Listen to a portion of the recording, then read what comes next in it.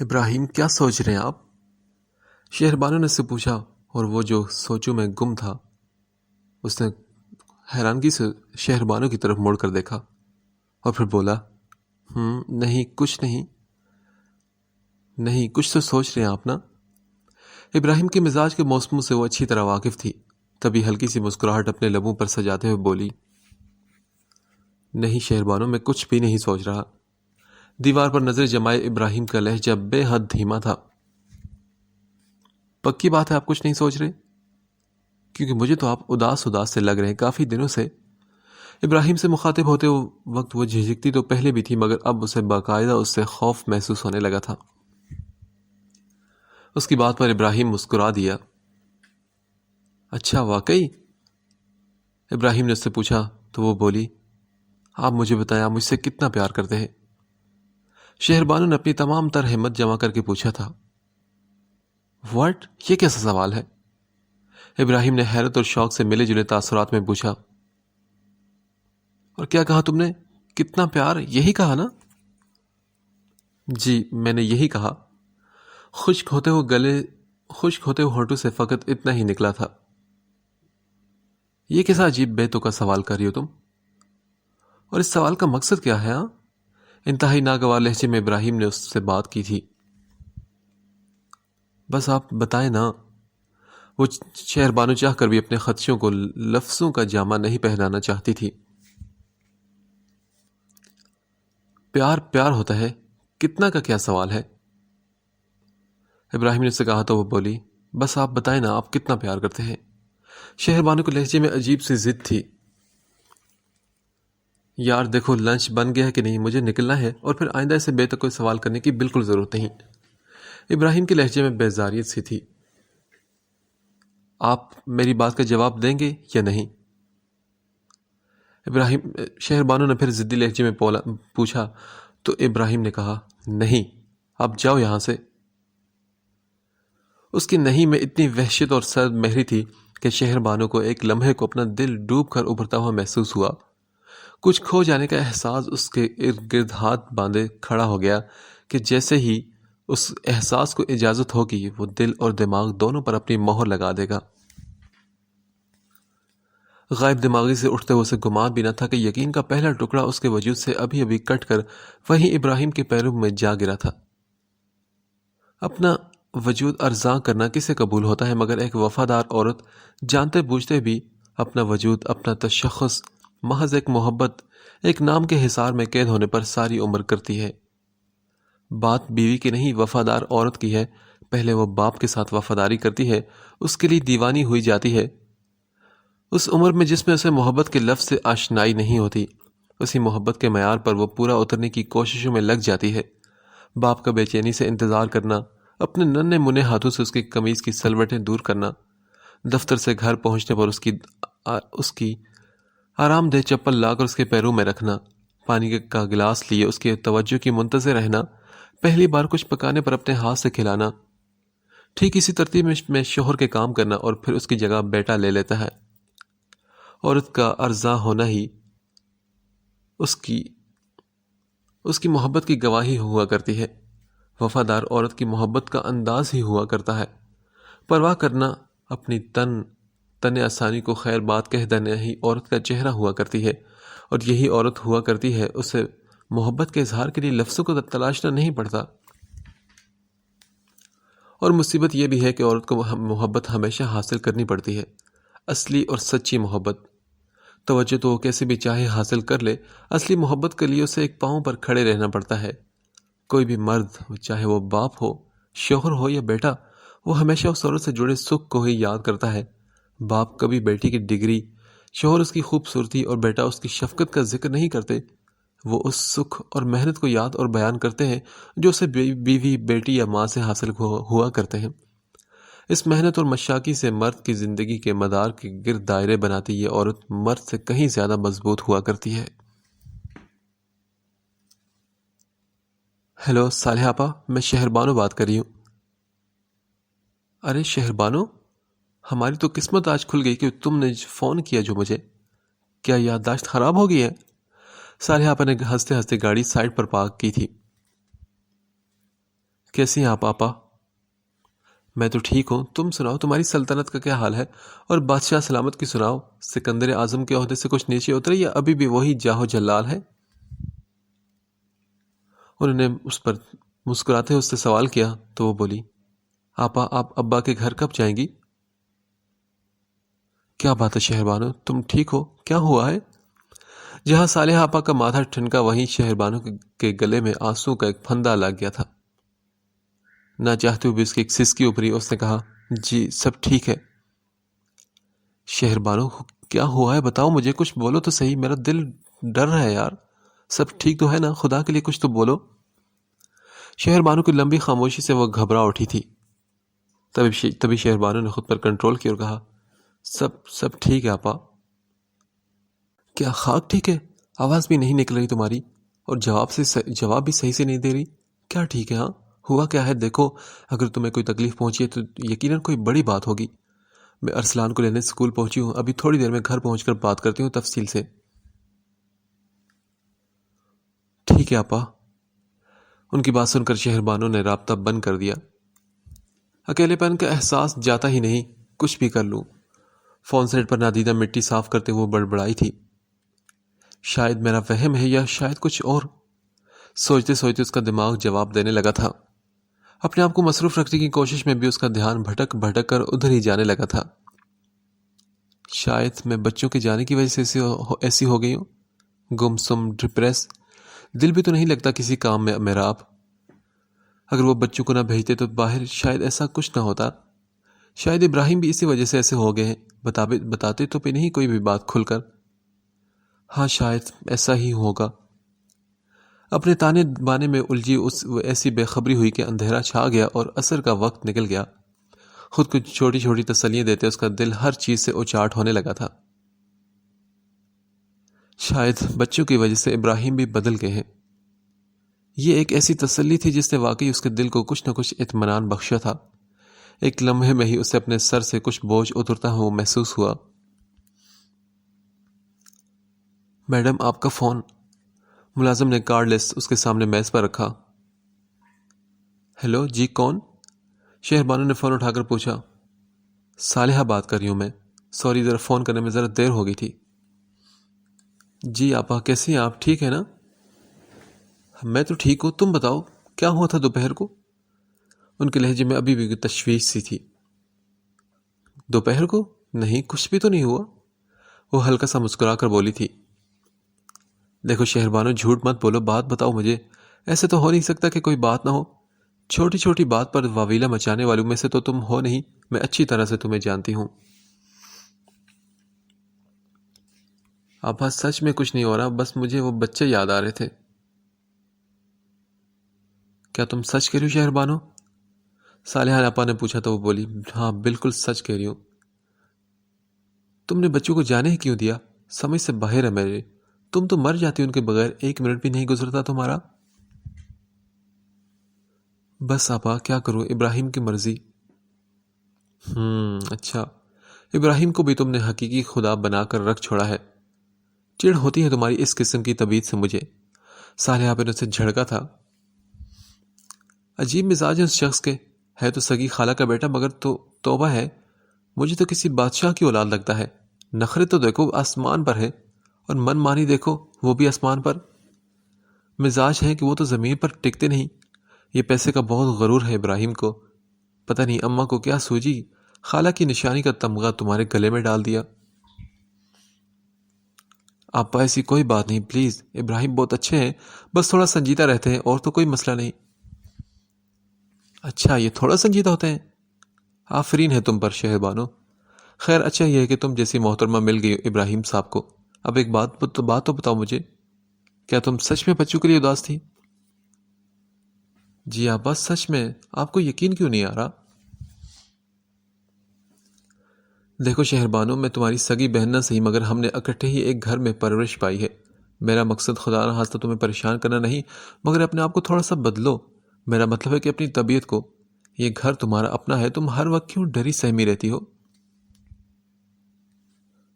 ارے نہیں آپا ایسی تو کوئی بات نہیں، میں کیوں ڈر کر رہوں گی؟ آپ کو کیوں ایسا لگا؟ شہربانو کو صالحہ آپا کی بات پر حیرت ہوئی تھی۔ شہربانو دیکھو میری بات سنو، شادی شدہ لوگ کسی خاص پیرائی میں اصولوں کے پابند نہیں ہوتے. سب گھروں کے اپنے اپنے اصول ہوتے ہیں، اپنے اپنے قاعدے ہوتے ہیں، مگر ایک قدر جو ان سب میں مشترک ہوتی ہے وہ ایک تحفظ کا احساس ہوتا ہے. جو چند ایک سالوں میں عورت کم سے کم اتنے اعتماد کی مالک تو ضرور ہو جاتی ہے کہ وہ اپنی اچھی طبیعت سے گھر میں زندگی میں خوشگوار تبدیلی لے آتی. اور ماشاءاللہ سے تمہارا گھر، تمہارے بچے بہت خوبصورت ہیں، بہت سلیقہ ہے تم میں، مگر اب بھی ابراہیم تمہارے ساتھ بچوں والا رویہ اپنائے رکھتا ہے. یا تو تمہیں یہ فاصلہ طے کرنا نہیں آیا یا تم نے کوشش ہی نہیں کی. نہیں آپا، ایسی تو کوئی بات نہیں، بس میں چاہتی ہوں کہ ابراہیم کو میری وجہ سے کوئی تکلیف نہ پہنچے. ارے یہ کیا بات کر رہی ہو تمہاری وجہ سے ابراہیم کو تکلیف کیوں ہوگی بھائی؟ حد ہے یار، تم کیوں اس خوف میں مبتلا رہتی ہو؟ تم تو کسی ذی روح کو تکلیف نہیں پہنچا سکتی. میرا مقصد تمہاری ذاتی معاملات میں دخل دینے کا ہرگز نہیں. چھوٹی عمر میں شادی ہوگی تمہاری اور میری بھی. اماں بھابھیوں اور جیٹھانی دیورانی کی جھنجھٹ سے آزاد تھی کہ ابا کے بھائی نہیں تھے. خود بھی سادہ تھی، ہمیں بھی کبھی یہ داؤ پیچ سیکھنے کا موقع نہیں ملا. اب تم لڑکی کی عمر سے نکل چکے شہربانو. بظاہر ایسا ہی ہے، مگر تم نے اپنے آپ کو وہیں کہیں پیچھے دفن کر رکھا ہے. اور 10-12 سال میں بچوں کی شادیاں ہوں گی تو کیا کرو گی؟ اپنے آپ کو اس ذہنی کیفیت سے نکالو. ابراہیم سے ڈرے سہمے رہنے کی بجائے اس سے دوستی کر لو، مشورہ لیا کرو اس سے، اور اسے مشورے دیا بھی کرو. مشورہ تو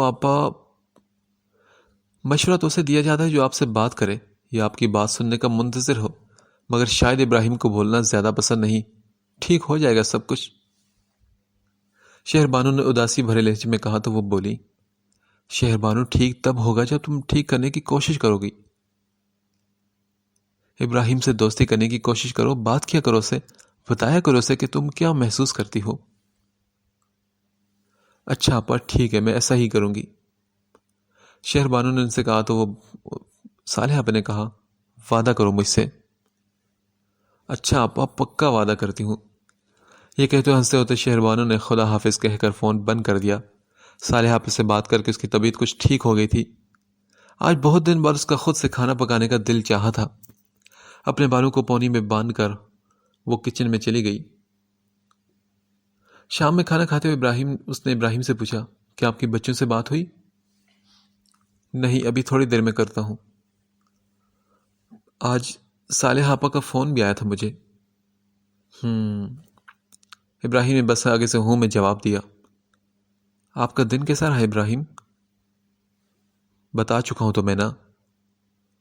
اوہ ہاں، آپ نے واقعی بتایا تھا. کہیں جانا ہے آپ کو؟ نہیں تو. بہت گہرے رنگ کے کپڑے پہنے ہوئے ہیں اس لیے میں نے پوچھا. کیا آپ کو اچھا نہیں لگا؟ شہربانو نے اپنے کپڑوں کے بارے میں اس سے سوال کیا تھا. ٹھیک ہے، رنگ تو سارے اچھے ہوتے ہیں. ابراہیم نے لاپرواہی سے کہا تو شہربانو نے پوچھا، آپ کو کون سا رنگ اچھا لگتا ہے؟ اور شہربانو کے اس سوال پر ابراہیم کی نظروں میں بسمہ کا سفید کرتا لہرایا تھا. اس کے ہونٹوں پر مسکراہٹ رینگ گئی.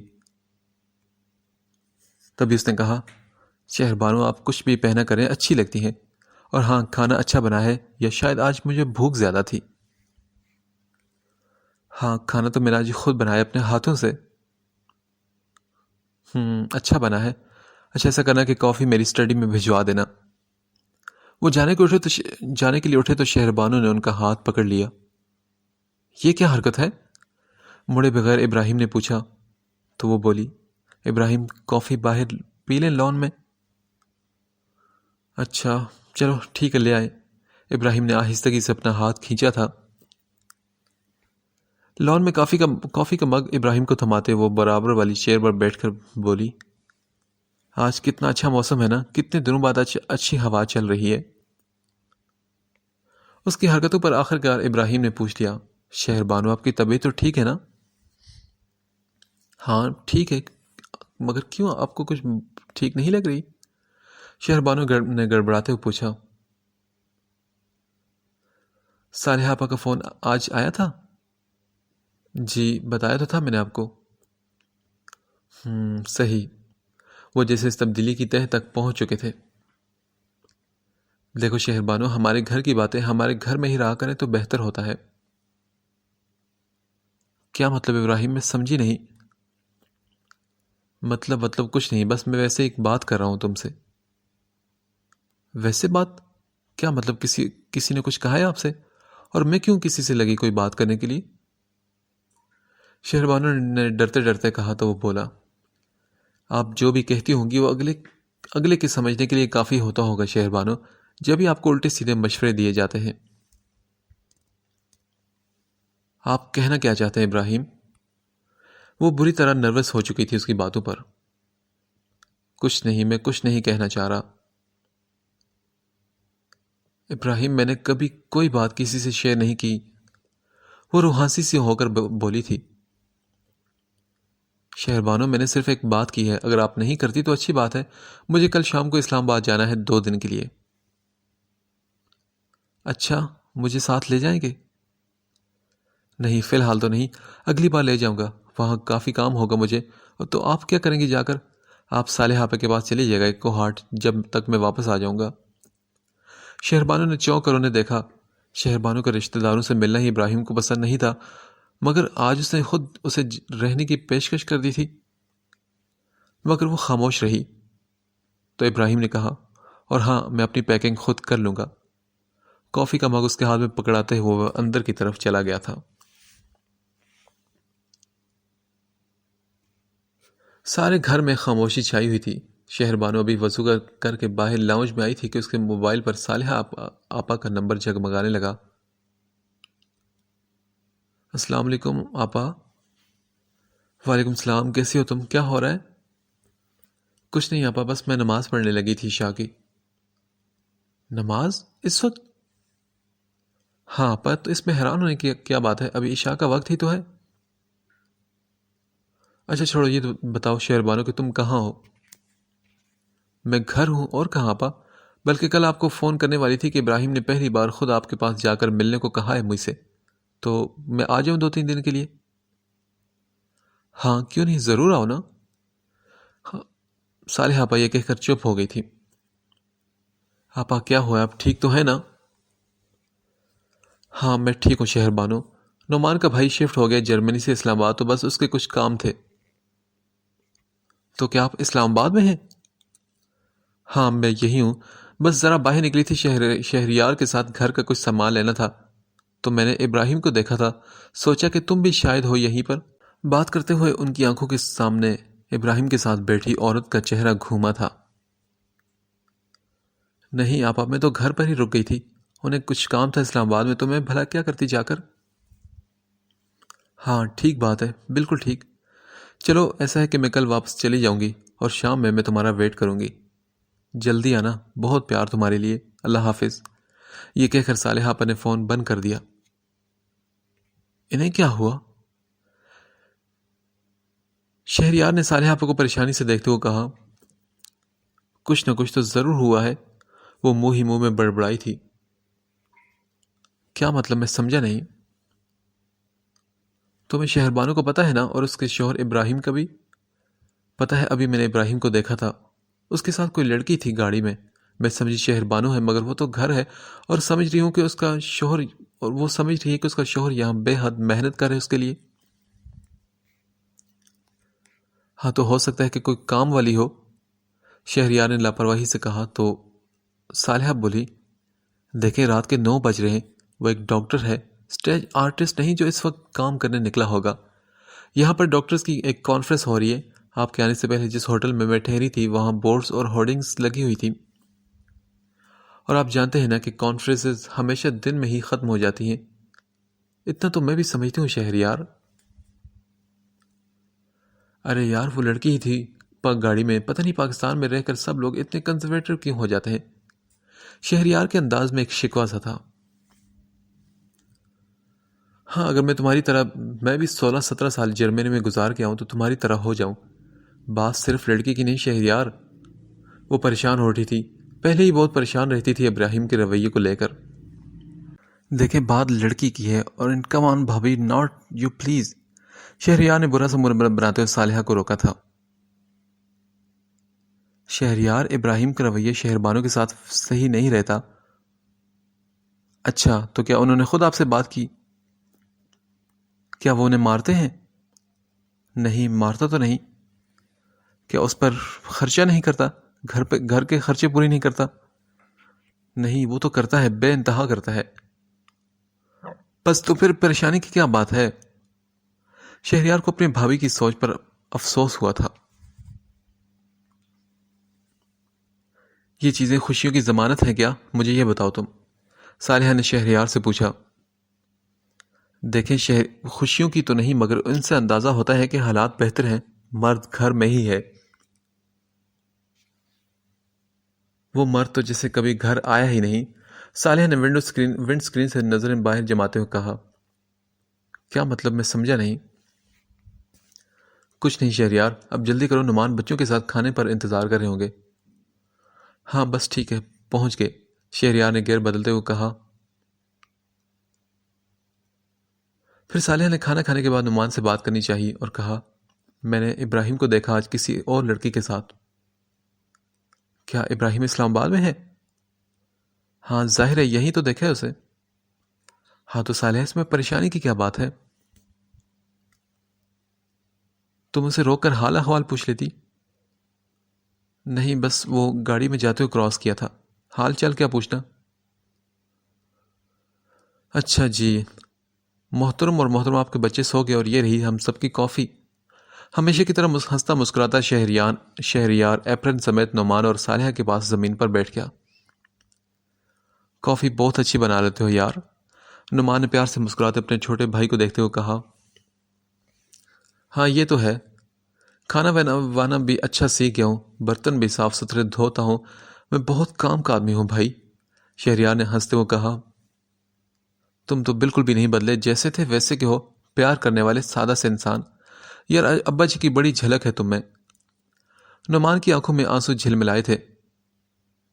صالحہ، تم نے تو ابا جی کو نہیں دیکھا، نہ ملی ان سے، بالکل ایسے ہی تھے، ہر وقت ہنستے مسکرانے والے، دوسروں کے کام آنے والے سادہ سے انسان۔ وہ بہت اچھے انسان تھے اور ہر کسی کی شرافت اور اچھائی پر یقین کرنے والے، بالکل ایسے ہی تھے۔ بس کریں بھائی، اتنی تعریفیں مت کریں، ایک چیز اماں کی بھی چرائی ہے میں نے، شہریار نے مسکراتے ہوئے کہا۔ نعمان اور شہریار نے ایک دوسرے کو دیکھ کر کہہ لگایا تو صالحہ نے حیران ہو کر دونوں کو دیکھا اور خود بھی ہنس پڑی۔ اچھا وہ کیا چیز؟ اماں کی آنکھیں؟ صالحہ نے پوچھا تو وہ بولا، نہیں آنکھیں نہیں، ناک، یعنی ضد۔ نعمان نے ہنستے ہوئے بمشکل بات مکمل کی تھی۔ ہو اچھا، مرد میں ضد اچھی لگتی ہے کیونکہ وہ اسے استعمال کر سکتا ہے، صالحہ نے کہا۔ ضد تو عورت میں بھی اچھی لگتی ہے، اگر جائز بات پر ہو تو، عورت ضد کرتے ہوئے حسین لگتی ہے۔ شہریار کے تبصرے پر صالحہ نے بھرپور آنکھیں کھول کر اسے دیکھا۔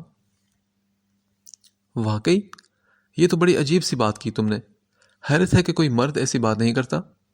نعمان، آپ بھی جائیں جرمنی رہ کر آئیں 2-4 سال، یہ اسی فضا کا اثر ہے، صالحہ نے ازراہ مذاق کہا۔ ارے ایسی بات بالکل نہیں، یہ شروع سے ہی ایسا ہے، کوئی بھی بات ہوا کرتی تھی گھر میں، یہ ہمیشہ اماں کے حق میں کھڑا ہوتا تھا، یہ ایسا ہی ہے، اور اس فضا نے اس کا کچھ نہیں بگاڑا، شاید اور نکھار دیا ہے اس کو۔ اور ٹھیک ہے، میں بھی چلا جاتا ہوں بیگم، اگر تم مجھ سے اتنی ہی تنگ ہو تو، نعمان نے زیر لب مسکراتے ہوئے کہا۔ دیکھیں بھائی، جو بات صحیح ہوتی ہے وہ صحیح ہوتی ہے، یہ عورت مرد کا مقابلہ نہیں ہوتا، انسان کی بات ہوتی ہے، عورت بھی تو ایک انسان ہے مرد کی طرح، شہریار نے کہا۔ تو نعمان نے کہا، ابے چل، انسان پرست انسان،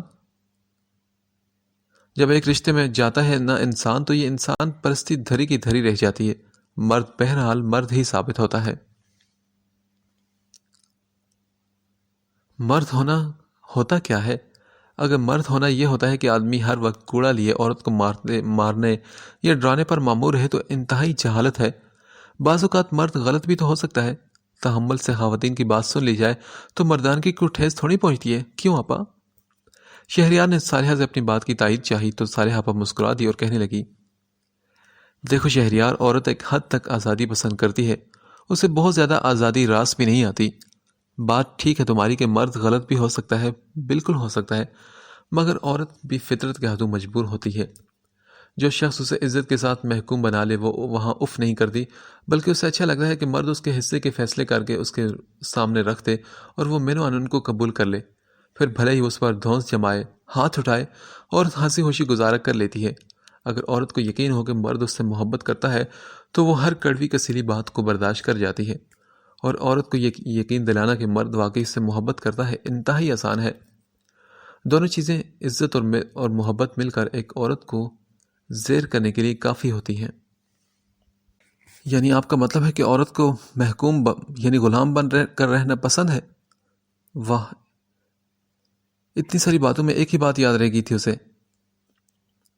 نہیں شہریار، اب غلام یا محکوم بننے کا مطلب یہ نہیں کہ ہر جائز و ناجائز منواتے رہو۔ کل کو تم نے بھی شادی کرنی ہے، یہ نہ ہو کہ جب تمہارے گھر آئے تو تم ظالم بادشاہ کی طرح اپنی بیوی سے مظلوم رعایا کے رویہ برت رہے ہو۔ صالحہ نے ہنستے ہوئے کہا، ارے نہیں آپا، 38 سال ہو گئے اس خوبرو بوڑھے کو، اب کون لڑکی دے گا اپنی؟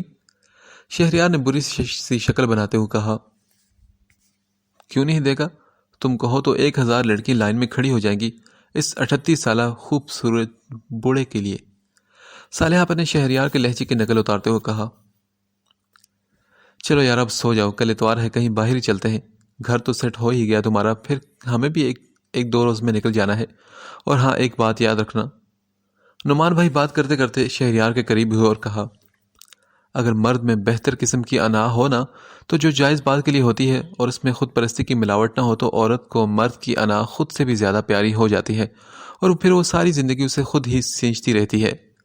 عورت اس خودداری میں ملاوٹ شدہ انا کو خود مرد سے زیادہ پیار کرتی ہے کہ اسی میں اس کی اپنی عزت معاشرے کی نظروں میں بنی رہتی ہے۔